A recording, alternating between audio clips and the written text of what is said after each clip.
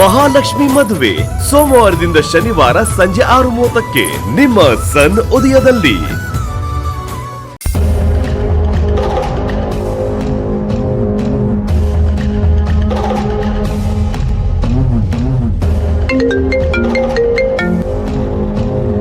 ಹೇಳ್ ರೇಣುಕಾ, ಏನ್ ಸಮಾಚಾರ? ಅಲ್ಲೆಲ್ಲ ನಾನು ಅನ್ಕೊಂಡಾಗೆ ನಡೀತಾ ಇದೆ ತಾನೆ? ಇಲ್ಲ ಮೇಡಮ್, ಇಲ್ಲೆಲ್ಲಾನು ಉಲ್ಟಾ ಆಗ್ತಿದೆ.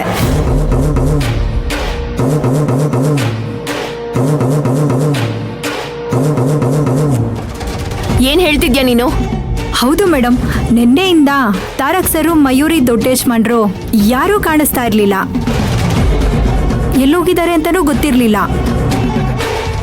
ಬೆಳಗ್ಗೆ ದೊಡ್ಡೇಶ್ಮಂಡ್ರು ಮನೆಗೆ ಬಂದ್ರು. ಆಗ್ಲೂ ಮನೆಯವ್ರ ಹತ್ರ ಅವರಿಬ್ರನ್ನ ಎಲ್ಲೋ ಹೊರಗಡೆ ಕಳ್ಸಿದೀನಿ ಅಂತ ಹೇಳಿದ್ರು.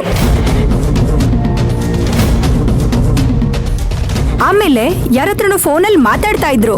ಅವರಿಬ್ರನ್ನ ಕುಂದಾಪುರ್ ರೆಸಾರ್ಟ್ ಬೀಚಿಗೆ ಕಳ್ಸಿದೀನಿ ಅಂತ ಹೇಳ್ತಾ ಇದ್ರು. ಅದನ್ನ ನಾನು ಕೇಳಿಸ್ಕೊಂಡೆ.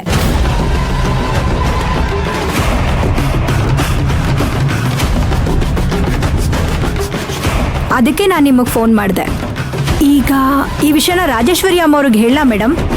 ಹೇಳಿದ್ರೆ ಮನೇಲಿ ದೊಡ್ಡ ರಾಮಾಯಣನೇ ನಡೆಯುತ್ತೆ. ನಿನ್ಗೇನ್ ತಲೆ ಕೆಟ್ಟಿದ್ಯಾ? ಈ ವಿಷಯನ ಅವ್ರಿಗೆ ಹೇಳಿದ್ರೆ ಅವ್ರು ಕೂಗಾಡ್ಬೋದೇ ಹೊರತು ಅವಳನ್ನೇನ್ ಅಲ್ಲಿಂದ ಕರೆಸ್ಕೋತಾರಂತ? ಅವ್ರೆಷ್ಟೇ ಕೂಗಾಡಿದ್ರು ಆ ಚಂದ್ರಶೇಖರ್ ಇದಕ್ಕೆಲ್ಲ ತಲೆ ಕೆಡಿಸ್ಕೊಳ್ದೆ ಅವರಿಬ್ರು ಒಂದಾಗೋದಕ್ಕೆ ಏನಾದ್ರೂ ಒಂದ್ ಪ್ರಯತ್ನ ಮಾಡ್ತಾನೆ ಇರ್ತಾರೆ. ಹಾಗಾಗಿ ಈ ವಿಷಯ ಅವ್ರಿಗೆ ಗೊತ್ತಾಗೋದು ಬೇಡ. ಹಾಗಾದ್ರೆ ಈಗ ಏನ್ ಮಾಡೋದು ಮೇಡಮ್? ಏನ್ ಮಾಡೋದು ಅಂತ ನಾನು ಯೋಚನೆ ಮಾಡ್ತೀನಿ. ನೀನದ್ರ ಬಗ್ಗೆ ತಲೆ ಕೆಡಿಸ್ಕೊಳಕ್ ಹೋಗ್ಬೇಡ. ಆಮೇಲೆ ಬಾಯಿ ತಪ್ಪಿನೂ ಇದನ್ನೆಲ್ಲ ಯಾರ ಹತ್ರನೂ ಹೇಳೋದಕ್ಕೂ ಹೋಗ್ಬೇಡ. ಬೇರೆ ಏನಾದ್ರೂ ಗೊತ್ತಾದ್ರೆ ನಂಗೆ ಫೋನ್ ಮಾಡು. ಸರಿ ಮೇಡಮ್.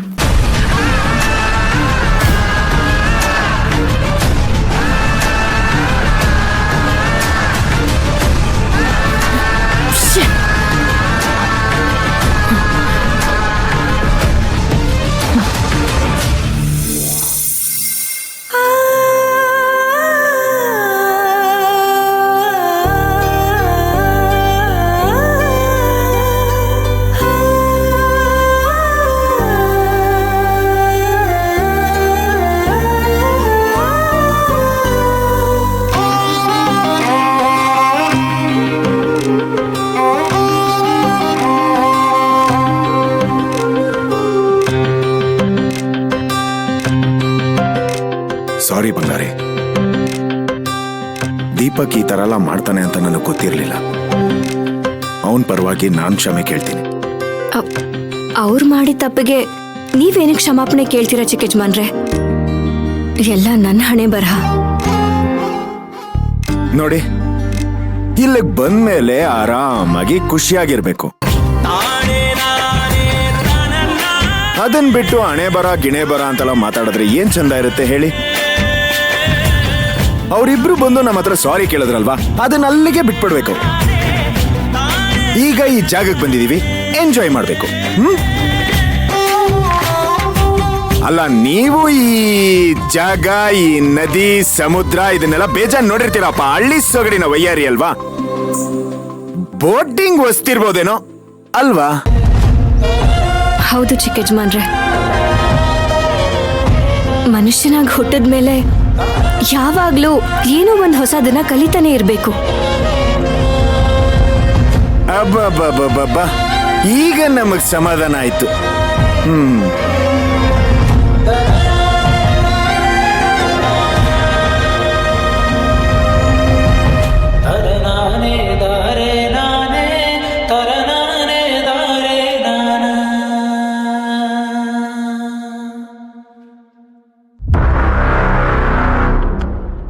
ಗಂಡ ಹೆಂಡತಿ ಆದವರು ರೆಸಾರ್ಟಿಗೆ ಹೋಗಿದ್ದಾರೆ ಅಂದಮೇಲೆ ಸಂಸಾರ ಶುರು ಮಾಡದೇ ಇರ್ತಾರ.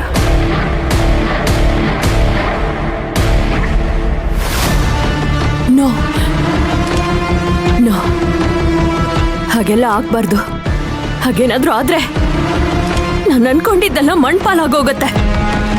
ತಾರಕ್ ನನ್ನವನು. ಯಾವುದೇ ಕಾರಣಕ್ಕೂ ಮಯೂರಿಗೆ ಅವನ್ನ ಬಿಟ್ಕೊಡೋದಿಲ್ಲ.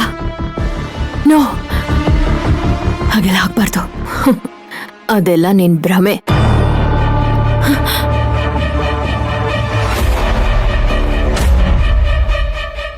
ಅಲ್ಲ ಕಣೆ, ಗಂಡ ಹೆಂಡತಿ ಆದವರು ರೆಸಾರ್ಟಿಗೆ ಹೋಗಿದ್ದಾರೆ ಅಂದಮೇಲೆ ಸಂಸಾರ ಶುರು ಮಾಡದೇ ಇರ್ತಾರ.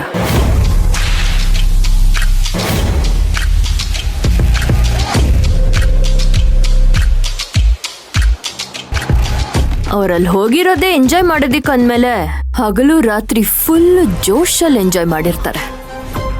ಇಲ್ಲ, ಹಾಗೆಲ್ಲ ಆಗೋದಿಲ್ಲ. ನನ್ ತಾರಕ ಆ ಥರದವನಲ್ಲ. ಏನು ನಿನ್ ತಾರಕ?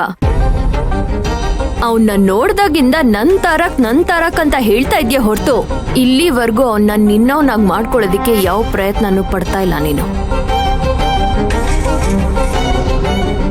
ನೀನೇ ಯೋಚನೆ ಮಾಡು, ಮದ್ವೆ ಮನೇಲಿ ನಿನ್ ಕುತ್ತಿಗೆಗೆ ತಾಳಿ ಕಟ್ತೆ ಹೋದಾಗಿಂದ ನೀನ್ ಏನ್ ಮಾಡಿದ್ಯಾ? ಯಾವ ಪ್ರಯತ್ನನೂ ಮಾಡದೆ ಸುಮ್ನೆ ನನ್ನವನು ಅಂದ್ರೆ ನಿನ್ನವನಾಗ್ಬಿಡ್ತಾನ? ನೀನ್ ಹಾಗೆ ತಿಳ್ಕೊಂಡಿರ್ಬೋದು, ಆದ್ರೆ ನಾನೇನ್ ಪ್ರಯತ್ನ ಮಾಡ್ಬೇಕು ಅದನ್ನೆಲ್ಲ ಮಾಡಿದ್ದೀನಿ. ಅದಕ್ಕೆ ಅಲ್ವಾ ರೇಣುಕನ್ನ ಅವ್ರ ಮನೆಗೆ ಸ್ಪೈ ಆಗ್ಬಿಟ್ಟಿರೋದು. ಅಲ್ಲಿ ನಡೆಯೋ ಪ್ರತಿಯೊಂದು ವಿಷಯನೂ ತಿಳ್ಕೊಂಡು ಮುಂದಿನ ಹೆಜ್ಜೆ ಇಡ್ತೀನಿ. ಆದ್ರಿಂದ ಆದಷ್ಟು ಬೇಗ ತಾರಕ್ನ ನನ್ನವನಾಗಿ ಮಾಡ್ಕೋತೀನಿ. ಮೊದಲು ಈ ಭ್ರಮೆನಲ್ಲಿ ಬದುಕೋದನ್ನ ಬಿಡು.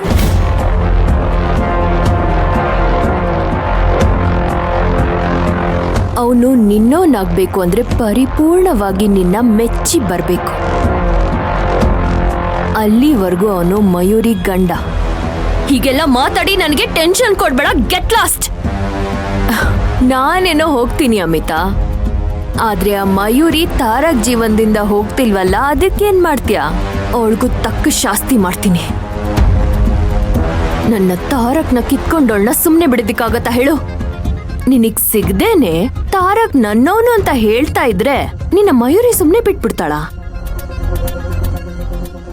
ಅವನು ಅವಳಿಗೆ ತಾಳಿ ಕಟ್ಟಿದಾನೆ ಅಂದ್ಮೇಲೆ ಅವಳ ಗಂಡನ ಕಾಪಾಡ್ಕೊಳ್ಳೋದು ಅವಳಿಗೆ ಗೊತ್ತಿರಲ್ವಾ?